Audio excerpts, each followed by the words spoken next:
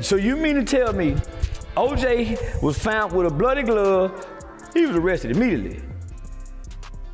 Immediately, with all the circumstantial evidence they found on OJ, they placed it. So you mean to tell me they got all of this on this and he still get to move freely amongst America? Charleston White shook the entire internet when he stood up for David, the rising music star caught in one of the darkest, most twisted cases of the year. Reports claimed a dismembered body had been found inside a Tesla registered to David, and instantly the world lost its mind. News outlets labeled him guilty before facts even surfaced. Social media went up in flames, and brands dropped him faster than a bad headline. It felt like the end of his career overnight. Everyone was convinced this was a done deal. Everyone except Charleston White. Known for his reckless mouth and brutally honest takes, Charleston came swinging hard, shouting that David was innocent and claiming he had proof that flipped the whole story upside down.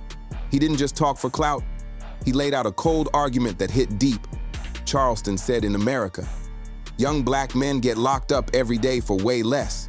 And if cops really had solid proof, David would already be behind bars, no doubt about it. So think about this. If they got all this information on him dating a minor, an underage kid, and she looked like a white girl, mixed girl, what they let just stay free like this? They arrest brothers for crumbs of evidence, he reminded everyone, saying the system never hesitates when it comes to caging young black men. To Charleston, the fact that David was still walking free meant one thing: there was no real case. He even compared it to the O.J. Simpson situation, saying this story just didn't make sense.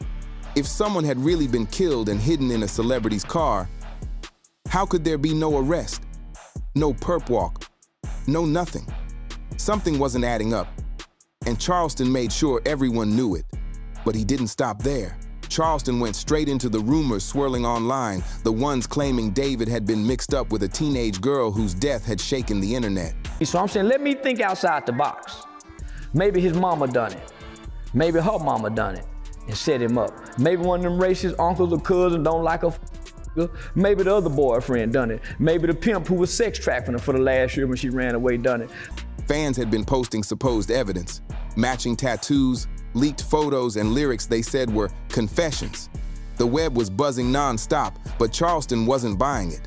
He said the whole thing looked too perfect. Like a setup, a story built to destroy a young black artist right when his fame was exploding. He even pointed out how the crime seemed cold, calculated, and professional, not something a 20-year-old musician could have pulled off. Charleston challenged everyone to really think about it. If this was truly David's doing, wouldn't he already be locked up? That question hit the internet like a bomb. Half the crowd online lost it, saying Charleston was defending the indefensible, a man whose car was linked to a teen girl's death. But the other half, they couldn't shake the feeling that maybe, just maybe, he was onto something. People started replaying his clips over and over, noticing how strange it was. No arrests, no mugshots, no trial dates, just endless rumors. Charleston knew exactly how to turn that confusion into momentum, and he played it perfectly. He doubled down, going live after live, hammering one point home. Silence from law enforcement didn't prove guilt, it proved they had nothing. If it was really him, they'd have snatched him already. He kept saying with fire in his voice.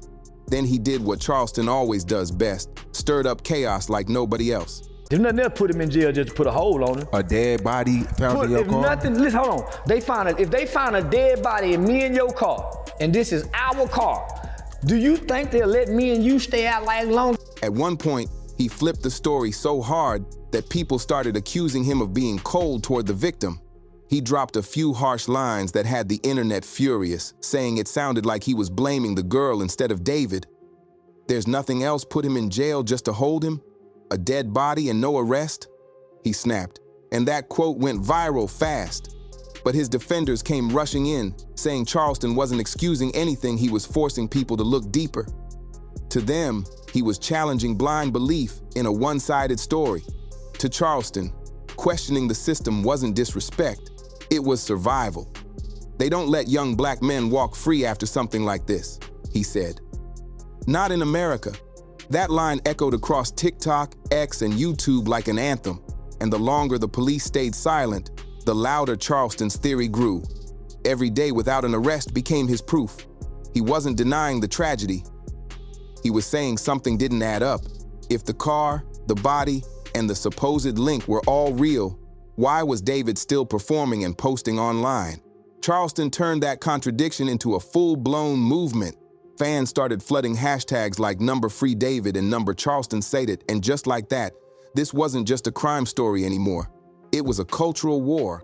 The internet split in two: those who saw Charleston as a truth teller and those who swore he was just a reckless troll. As the controversy exploded, the case stopped being courtroom talk and turned into full-blown viral chaos. TikTok detectives started dissecting David's music videos frame by frame, claiming they spotted secret clues. YouTubers dropped long breakdowns. And I know they said, man, he wrong for calling her a little hoe, but she was. Little girl don't run away from home, little hoes and little bitches. Saying his lyrics were basically confessions in disguise. But Charleston, he wasn't chasing theories, he was chasing logic. He said straight up, if the cops had real evidence, David wouldn't be performing on stage, he'd be sitting in a cell right now. That hit different. Suddenly, people weren't so sure anymore. The more Charleston spoke, the more his argument started to sound believable. He said this wasn't just one man's case, it was a reflection of America's double standards in plain sight. He reminded everyone that when it comes to black men, guilt is often assumed before the proof even shows up, but in David's case, it felt flipped, like somebody wanted the world to see him as guilty without ever backing it up. Charleston used that to drop his ultimate punchline: the fact that they hesitating shows they don't got him. That line lit up every platform. By now, Charleston wasn't just another loud voice online, he had become part of the story himself. His defense turned into a movement, a viral wave that news outlets couldn't ignore, even if they wanted to. The same media that used to laugh at him was now debating his every word. Some said he was helping expose a setup, others said he was wrecking a real investigation. But love him or hate him, nobody could tune him out. Once again, Charleston White flipped chaos into clout, turning controversy into a spotlight and bending public opinion with nothing but his words, his logic, and that fire in his tone. And to really understand why Charleston's voice hit so hard, you gotta know who this man is. He's not some random internet loudmouth, he's a walking contradiction. A man who's lived through violence, loss, and fame, and somehow turned all that pain into a brand. Born in 1977 Inches, Texas, Charleston's life took a dark twist early on at just 14 years old. He was caught up in a deadly altercation outside a Foot Locker, a tragedy that would haunt him forever. Tried as an adult and convicted, Charleston spent years behind bars before walking out at 21, a moment that would mark him forever. To some, he was just another criminal who didn't deserve a voice in justice. But to others, he was living proof of what redemption could look like. After prison, he tried to turn things around, working with his community, talking to kids, warning them about the streets, and even launching a group called HOPI, Hypocrisy Over Politics Incorporated, aimed at stopping youth violence. For a while, it looked like Charleston might have really changed. Why would they let him walk this freely, only to lose endorsements and sponsorships and cancel shows and not his freedom? In the climate that we're in. But let's be real, Charleston was never built for quiet redemption. He didn't want to be another silent, reformed figure handing out safe speeches. He wanted to make noise, shake the room, and expose everybody he thought was fake. By the 2020 seconds, Charleston had built a name as one of the most unapologetic voices online. He said what others were too scared to even whisper, and he loved the chaos that followed. He started calling out rappers, celebrities, and politicians one by one, going after names like T.I., Boosie, Soulja Boy, and more. He accused them of pushing crime and destruction while pretending to be role models, and he didn't stop there. Charleston didn't just criticize, he humiliated. He came for their families, their parenting, even their character. And every time, the internet exploded. Clips of him roasting rappers or laughing at scandals went viral within hours. People called him crazy, cruel, even dangerous, but they couldn't stop watching. That's the wild part, even his haters made him famous. He'd get banned, disappear, and then come back twice as loud, doubling his followers like it was nothing.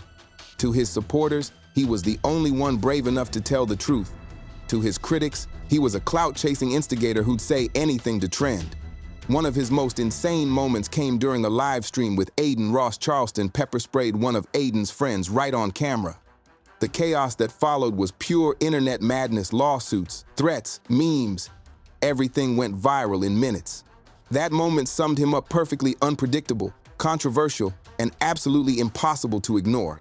Then came another viral scene: Charleston flashing stacks of cash at a comedy show, taunting hecklers instead of calming things down. He didn't care about peace. He cared about power, attention, and making sure his name stayed in everyone's mouth. It didn't matter if you agreed with him or not, you watched. Because every time Charleston spoke, it felt like breaking news. His whole brand runs on contradiction. One minute he's preaching about saving kids from the streets, and the next, he's cracking jokes about rappers who died in those same streets he claims to protect people from. He laughed at King Von's death. He joked about Takeoff's murder. He even mocked white conservative commentator Charlie Kirk's passing, calling it white-on-white crime and laughing like it was a punchline. For most people, behavior like that would destroy their career instantly, but for Charleston, it only made him bigger. Every scandal became free promo. Every feud brought new eyes. And he knew exactly how to keep the spotlight locked on him. So when Charleston suddenly turned his attention to David's case, everyone froze. This wasn't just random internet commentary. This was controversy colliding with real tragedy. Nobody knew whether to take him seriously or just chalk it up as another one of his wild stunts. But this time, Charleston sounded different. There was something raw in his tone, less of the troll, more of a man with a message. He started talking about the system, the bias, and how fast America throws young black men under the bus. He wasn't just defending David, he was reliving his own story through him. To Charleston, this case wasn't about music or fame. It was about survival, truth, and what it means to be judged before you even get a chance to speak. That's why his defense hit harder than anyone expected. Charleston's whole life carried one message: the system doesn't forgive. He'd been that kid who lost everything at 14, locked away before he even had a shot at growing up. He'd felt what it was like to be seen as guilty before proven anything, and he never forgot it. So when he looked at David, another young black man facing horrifying accusations with no arrest, something in him snapped. He said, "They don't let brothers walk free after something like this, not in America." And people believed him.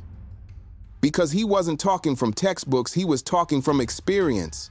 Charleston's words were dangerous and powerful at the same time, not because he was quoting laws or waving papers, but because he spoke like someone who had lived through the fire himself. That raw emotion hit deep. His take on David's case wasn't polished, scripted, or filtered. It was real, loud, and soaked in his own pain. That's exactly why his defense didn't just trend, it spread like wildfire. Fans who barely even knew Charleston started repeating his words like they were scripture. Hashtags like #Charleston said it and #Justice for David flooded every timeline. Even people who didn't rock with him couldn't deny it. His message had taken over the entire internet. And Charleston? He wasn't slowing down. He was feeding the chaos like it was his job. Every interview, every live stream, every post, he twisted the knife a little deeper. If David was guilty, he'd already be behind bars. He kept repeating, turning it into his personal anthem. He painted the picture of a setup, a young star rising too fast, and somebody trying to crush him before he reached his prime. That idea hit hard. Fans started running wild with it, creating videos about secret industry plots, backroom cover-ups, and other dark celebrity conspiracies. Charleston had somehow flipped a murder case into a full-blown cultural storm, and deep down, he knew it.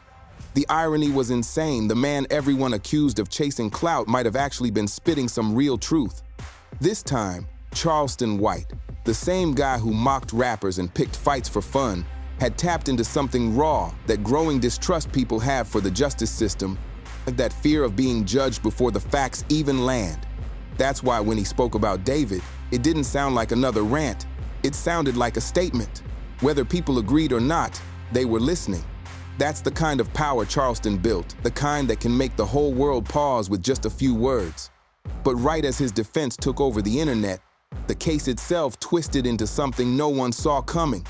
The deeper investigators dug, the messier it got, and the louder Charleston's voice became. Then came the shocker that froze everyone in place. Authorities confirmed the body found inside. David's Tesla did belong to the missing 15-year-old girl. The details were brutal. The body had been dismembered and hidden deep in the trunk, like someone wanted to make sure it would never be found. On paper, it looked like an open and shut case. All signs pointed straight to David. Yet, somehow, the strangest part stayed the same. There was still no arrest. That line, "No arrests have been made at this time," became the haunting echo every reporter repeated day after day. It was like a ghost following the headlines, a sentence that made no sense but refused to disappear. Meanwhile, the internet turned into a digital courtroom. TikTok detectives were dissecting every lyric David ever wrote, every bar, every metaphor, convinced his songs were secret confessions. And in the middle of it all, Charleston White's voice just kept getting louder. Fans went deep, way too deep, searching for clues in David's songs like Romantic Homicide and all his other dark tracks. They swore the music videos were packed with secret messages about the victim. YouTubers dropped frame-by-frame breakdowns, and Reddit looked like a digital crime board. Red strings, wild theories, endless debates. But through all that noise, one thing never showed up: real evidence. No DNA matches, no witnesses, no camera footage. Nothing but talk, rumor, and confusion. And that's exactly where Charleston White thrived. Every delay became proof. Every police no comment turned into his ammunition. He said the system was stalling because it had nothing real to hold against David. To him, that silence wasn't caution, it was a cover-up. Charleston's take spread like wildfire again. TikTok, X, YouTube. Everywhere you looked, his name was there. He claimed powerful people didn't want the truth out, that David was just a fall guy caught in a setup way bigger than him. And believe it or not, people listened. Hashtags like #FreeDavid and #CharlestonWasRight started trending hard. Within weeks, his theory went from controversial to mainstream. Suddenly, national news anchors were talking about him. That's the crazy part. Charleston White, a man with no law degree, no badge, and no official title, had the entire media world reacting to his theory. Some journalists called him reckless for declaring innocence without evidence, but others admitted he wasn't entirely wrong, especially about race bias and how fast the system usually moves when the suspect is a young black man. No matter which side people took, one fact couldn't be denied: Charleston had hijacked the narrative. The real investigators stayed quiet, but Charleston, he was everywhere, going live daily, shaping public opinion with his wild logic, bold tone, and zero filter. Meanwhile, David's world was falling apart. The scandal froze, his career mid-air, brands dropped him, labels hesitated, and tour promoters were stuck between panic and fear. One wrong move, and they'd look like they were backing a killer, but if they pulled away too fast, they might be abandoning an innocent man. Charleston's defense became the lifeline David's fans needed. They clung to his words like gospel, using them as ammo against the media. He'd be locked up already if he did it. It became their rally cry, an anthem echoing across the internet louder than any song David had ever released. But not everyone was cheering. The victim's family and several activists slammed Charleston online, accusing him of disrespecting a young girl's death by turning it into entertainment. Comment sections went toxic: fans versus critics, truth seekers versus moral defenders. The whole internet had turned into one massive battlefield, and Charleston White was standing right at the center of it all. The case stopped being about justice. It became a full-blown cultural war about race, fame, and power. Even the brands that had already dropped David were now getting harassed by Charleston's supporters, accused of betraying an innocent man. Everyone was walking on eggshells, terrified to pick a side because nobody knew what was real anymore. Behind the scenes, police were still digging quietly, tracing phone records, analyzing car GPS data, and interviewing people close to both David and the victim. Leaks hinted that the case had crossed state lines, pulling in federal investigators. Some insiders claimed the reason for the delay wasn't confusion, it was strategy. They didn't want to rush charges and risk losing the case in court. But that same slow process made Charleston's message hit even harder every single day. Every time another day passed without an arrest, It looked like more proof that he was right. He'd post videos shouting, "Still no arrest, still free," and millions would tune in instantly. The story had grown way past a murder case. It had turned into a mirror of how fast rumors spread, how deep biases run, and how easily the internet can twist reality into chaos. Charleston White took that chaos and turned it into content. He transformed confusion into conversation, speculation into trending topics, and somehow changed how people saw justice in the digital age. For David, Charleston became an unexpected savior, the only person brave enough to give him a voice when everyone else had already canceled him. But for critics, Charleston was something else entirely, a dangerous influencer spreading confusion, disrespect, and noise. Either way, one thing was clear. He had the world's attention. Weeks turned into months, headlines kept shifting, and the case refused to die down. Yet Charleston never stopped. Every live stream, every interview, every viral clip, he repeated the same line like a drum beat. If they really had him, he wouldn't be free. He framed silence as innocence and chaos, as proof that something bigger was being hidden behind the scenes. And at some point, whether he was right or wrong didn't even matter anymore. What mattered was that people believed him. His defense of David became more than just commentary. It became a symbol of rebellion against the system, a digital revolution powered by controversy, emotion, and non-stop debate. By now, Charleston White had done what no one else could. He made the world question the headlines, doubt the evidence, and rethink what justice even means in this era of viral outrage. The police might still be working behind closed doors, but Charleston, he'd already won the court of public opinion. He turned tragedy into a movement, speculation into power, and himself into the loudest voice in the room. This story isn't finished, the truth is still unraveling, and every day brings new questions, new theories, and fresh chaos online. But one thing's for sure, Charleston White changed the game again. He turned pain into power, controversy into culture, and one man's case into the internet's biggest obsession. Make sure to like, comment, share, and subscribe, because this story's far from over and you don't want to miss what comes next.